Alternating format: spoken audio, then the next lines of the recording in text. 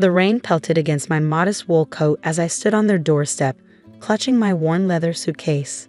Through the fancy leaded glass, I saw Jessica's figure approaching, her designer heels clicking on the marble floor of their foyer. "What are you doing here?" she demanded, opening the door just enough to glare at me, but not enough to let me in. "Hello, Jessica. I've come to see Michael." I tried to keep my voice steady, though the cold rain was seeping through my clothes. "My apartment building is being renovated, and I thought." "You thought what?" "That you could just show up and become our problem." Her perfectly painted lips curled in disgust. "We don't need any burdens here." Behind her, I heard my son's voice. "Who is it, honey?" "Your mother." She spat the word like it was poison. "She claims she needs a place to stay." Michael appeared behind his wife, his expensive suit a stark contrast to my dripping appearance. The son I had raised alone after his father died looked at me with a stranger's eyes. "Mom, you can't just show up like this," he sighed. "We have a certain lifestyle to maintain. What would our neighbors think?" I clutched my suitcase tighter, feeling the weight of the USB drive hidden in its lining, the same drive that contained proof of my ownership of Tech Vision Enterprises, their employer and the source of their precious lifestyle. "I'm sorry to impose," I said softly, "but I thought family." "Family?" Jessica laughed sharply. "Family doesn't show up unannounced looking for handouts. We know you've been struggling since Dad died, but that's not our problem." If they only knew that their father's modest insurance policy had been the seed money for what became a tech empire. An empire I built quietly while they thought I was just scraping by. "Let her in out of the rain at least," called a young voice. My 12-year-old grandson Tommy appeared in the hallway, his kind eyes so like his grandfather's. "Tommy, go to your room," Jessica snapped. "This doesn't concern you." "But it's Grandma. And it's raining." "Listen to your mother, sport," Michael said firmly. "Adults are talking." I watched Tommy's reluctant retreat, remembering how he used to love visiting my shabby apartment, fascinated by my old computer where I secretly managed my company. "I don't understand," I said, though I understood perfectly. "When did money become more important than family?" "Oh, please." Jessica rolled her eyes. "Spare us the guilt trip. We work hard at Tech Vision to afford this lifestyle. We can't risk our reputation by housing a—" She looked me up and down. "A charity case." The irony almost made me smile. As CEO and majority owner of Tech Vision, I signed their paychecks. But they only knew me as Elena Chen, the reclusive founder who never appeared in public. "The country club is having a gala next week," Michael added. "We can't have people gossiping about my homeless mother living with us." "I see." I reached into my coat pocket and pulled out a business card. "Perhaps this might help." "What's this?" Jessica snatched it, then frowned. "Morton and Associates, the biggest law firm in the city. Why would they?" "Call them," I suggested mildly. "Ask about Elena Chen's estate planning." "Estate planning?" Michael's attention suddenly sharpened. "What estate?" "Oh, just some properties, investments, a little company called Tech Vision Enterprises." The color drained from Jessica's face. "You're lying. Elena Chen is a billionaire. She's standing in the rain on your doorstep," I finished quietly. Michael grabbed the card from his wife's trembling hands. "This is impossible. Mom's been struggling. Living in that old apartment. Managing a tech empire requires focus," I said. "That apartment was my private command center, away from people who only value others by their bank statements." But all these years," Jessica stammered. "All these years, I watched how you treated people you thought were beneath you. How you raised my grandson to value status over kindness." I straightened my shoulders. "Tomorrow's board meeting should be interesting." "Board meeting?" Michael's voice cracked. "Yes. The one where Elena Chen reveals herself and announces a complete restructuring of executive positions." I smiled slightly. "I hear several high-level positions might be opening up." Jessica grabbed Michael's arm. "She's bluffing. She has to be." "Call the lawyers," I suggested. "Or better yet, check your email. The board announcement should be arriving right about." 3 phones chimed simultaneously, theirs and one from inside, where Tommy was supposedly in his room. "Oh my God," Jessica whispered, staring at her screen. "Grandma?" Tommy called from the stairs. "Is it true? You're really Elena Chen?" Tommy, I told you to stay in your room.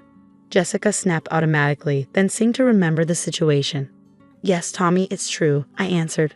Though I'd appreciate it if you kept it quiet until tomorrow's announcement. Is that why you always let me play with your old computers? He asked excitedly. Were you actually running the company? I nodded, watching my son and daughter-in-law process their new reality. Mom, Michael finally managed. We need time to think, I suggested. Of course, I'll get a hotel room. Though I expect to see you both at tomorrow's board meeting, 9 a.m. sharp. Wait, Jessica's hand shot out as I turned to leave. You can't go to a hotel. Your family, we insist you stay. I looked at her perfectly manicured hand, then at her desperate face. Now that you know I'm Elena Chen, I'm family. I'll get the guest room ready, she offered quickly. No, me, I said. I meant what I said about the hotel. Tomorrow's meeting will be early and I have some calls to make about restructuring the company and the family. As I turned to leave, Tommy called out, Can I come visit you, Grandma? Like I used to. Of course, sweetheart, we have a lot of coding to catch up on. I heard Jessica's sharp intake of breath, finally realizing why her son's programming skills had advanced so rapidly under his struggling grandmother's tutelage.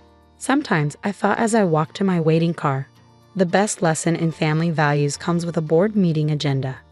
The next morning, I arrived at TechVision's headquarters wearing my usual Elena Chen attire, a perfectly tailored charcoal suit that cost more than Jessica's monthly shopping budget.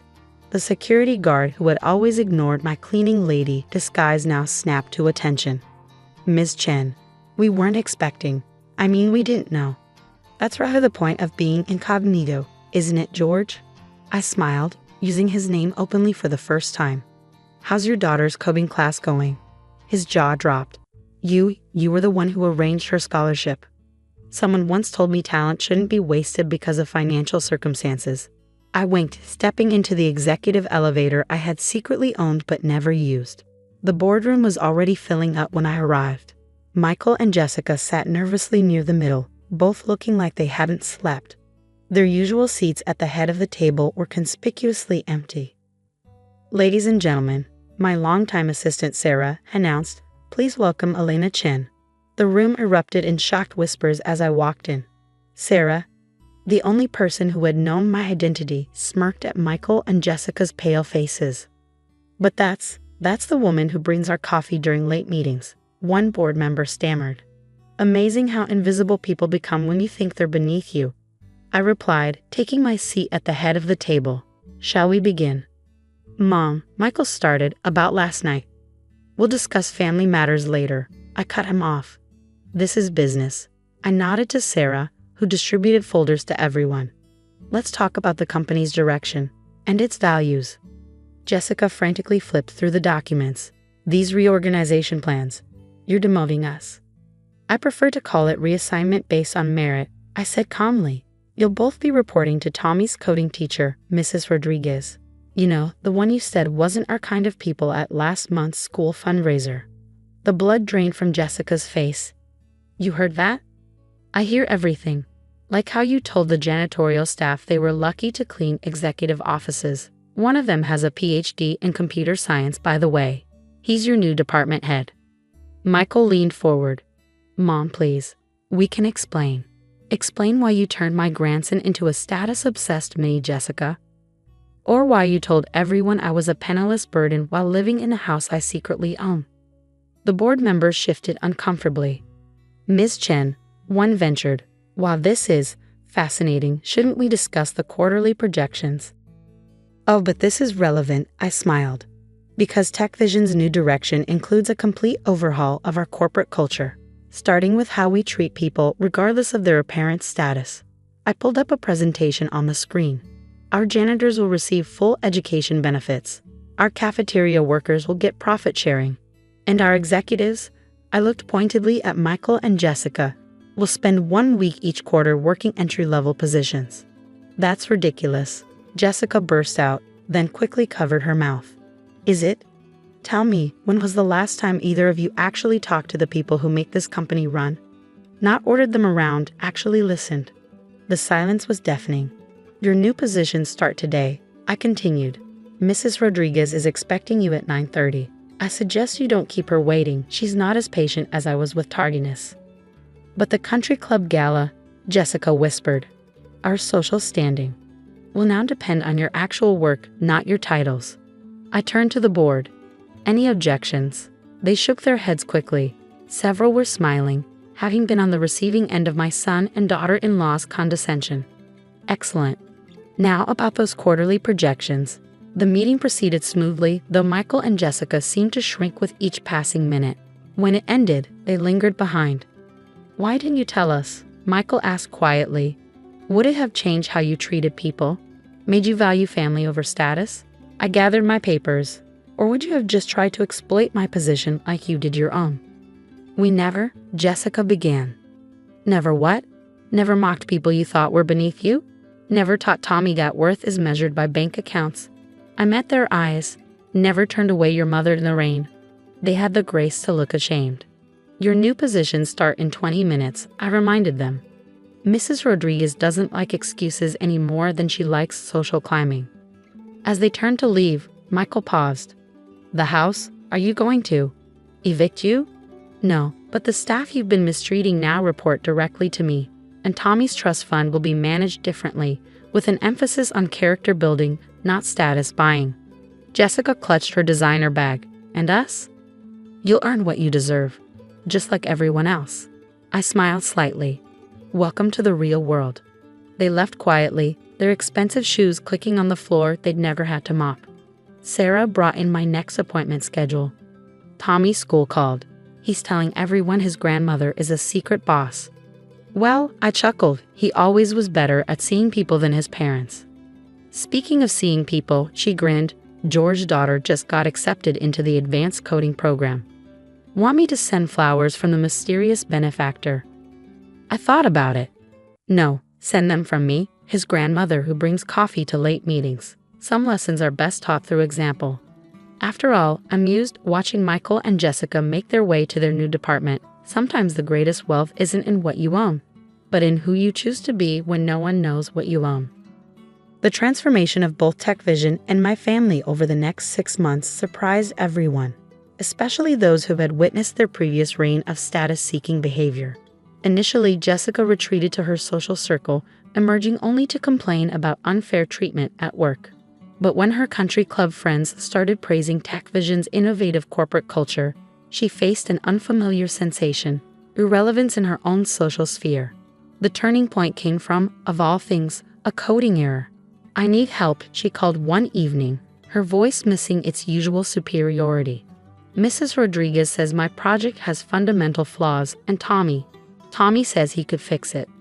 I could have let her fail. Part of me wanted to. Instead, I said, bring him to my office tomorrow. Let's see what he can teach you.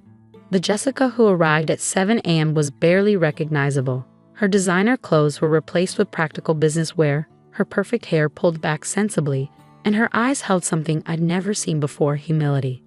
Mrs. Rodriguez, someone Jessica would once have dismissed as the help, watched as Tommy walked his mother through basic coding principles. You have to build from the ground up, he explained, fingers flying over the keyboard. Like Grandma taught me, every line of code matters, just like every person matters. The irony of his words wasn't lost on anyone. What followed was what the staff called the Great Leveling.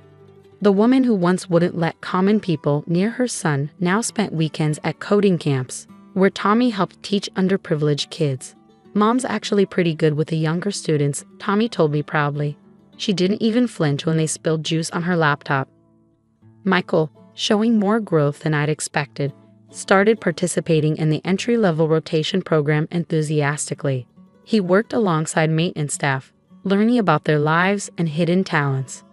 One day, I overheard him tell Jessica, "Why didn't we ever see them as people before, Jess?"